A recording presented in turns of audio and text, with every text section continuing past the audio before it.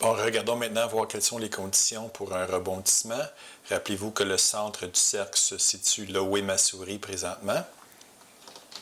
Maintenant, si on prend le centre du cercle et on additionne à cette quantité le nombre de pixels qui représente le rayon, si la somme de ces deux quantités-là dépasse le mur droit, c'est-à-dire la largeur du canevas, à ce moment-là, on doit rebondir. Rebondir, ça veut dire quoi? C'est que le déplacement qui se faisait vers le mur droit dans le sens positif doit maintenant se faire dans le sens négatif, alors on change le signe.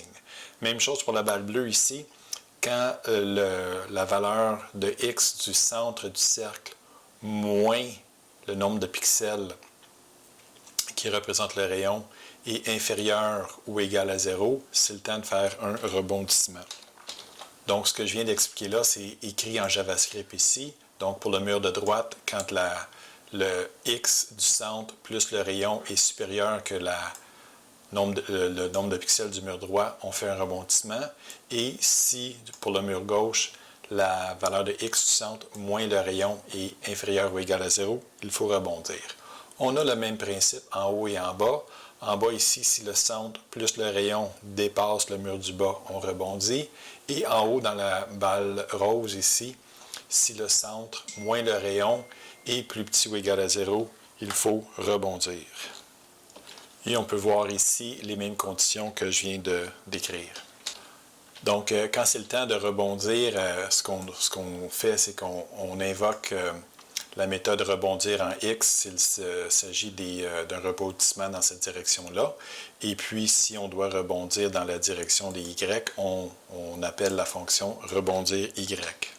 Bon, vous allez remarquer là que j'ai fait des petites corrections aussi. Donc, c'est ça. Ici, il y a une petite correction qu'on doit effectuer.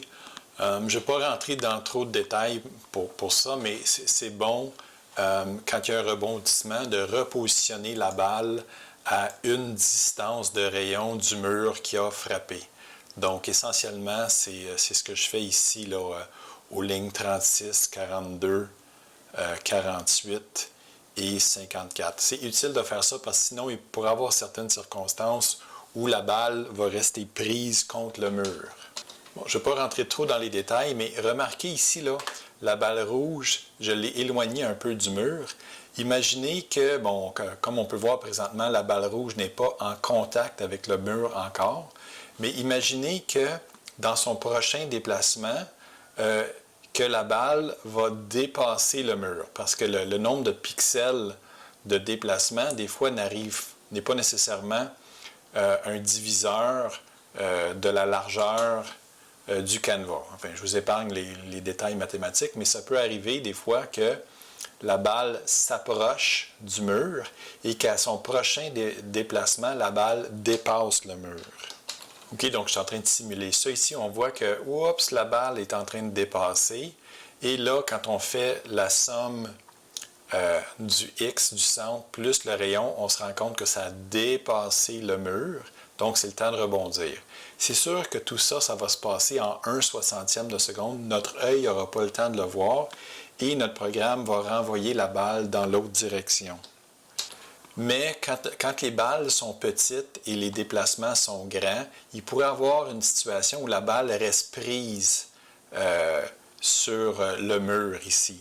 Donc, pour éviter ça, ce que je fais dans ces circonstances-là, c'est que je triche et je ramène la balle ici qui est comme un peu tronquée. Je l'amène avec la correction suivante. Je l'envoie à une distance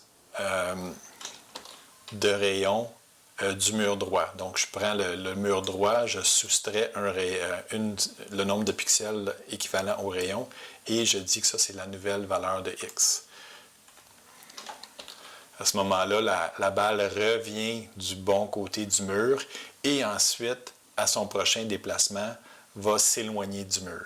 Donc, c'est un petit détail. Je n'avais pas pensé à ça quand j'ai fait le programme au départ, mais je me suis rendu compte à un moment donné que mes petites balles restaient prises des fois sur les murs, puis je me suis gratté la tête pendant quelques jours pour savoir pourquoi ça se passait. Et c'est en raison de ce que je viens de vous expliquer.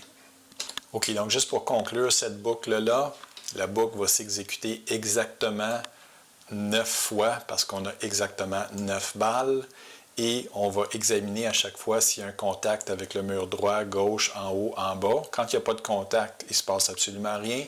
Quand il y a un contact, on renverse la direction de la balle. Et puis, par la suite, on va passer à la prochaine boucle qui va vérifier s'il y a des collisions de balles. Ça, dans la vidéo précédente, j'avais pris beaucoup de temps pour expliquer ce qui se passe ici. Donc, on a deux boucles, une dans l'autre. Donc, la première boucle, la boucle numéro 1 ici, va s'exécuter pour chacune des balles. Et la boucle intérieure, la boucle 2, va s'exécuter moins de fois. Parce qu'on va comparer, par exemple, quand on commence avec la balle qui est dans le tiroir 0, on va ici, comme je l'avais noté dans une vidéo précédente, commencer à comparer pas avec elle-même. Donc, on va comparer avec la balle suivante et la balle qui suit celle qui est dans le tiroir 0, c'est celle qui est dans le tiroir I plus 1, c'est-à-dire 1. Donc, ici, pour la balle 0, qui est dans le tiroir 0, on va la comparer avec les balles dans les tiroirs de 1 à 8. Et ensuite, s'il y a des collisions, on va agir en conséquence. Quand on va avoir fini la boucle 2, on va procéder à la prochaine boucle 1. On va augmenter de 1. Maintenant, on va comparer la balle qui est dans le tiroir 1 avec la balle qui est dans le tiroir 1 plus 1, 2, jusqu'à 8. Donc, on va faire cette boucle-là au complet. Mais cette fois-ci, au lieu de l'avoir fait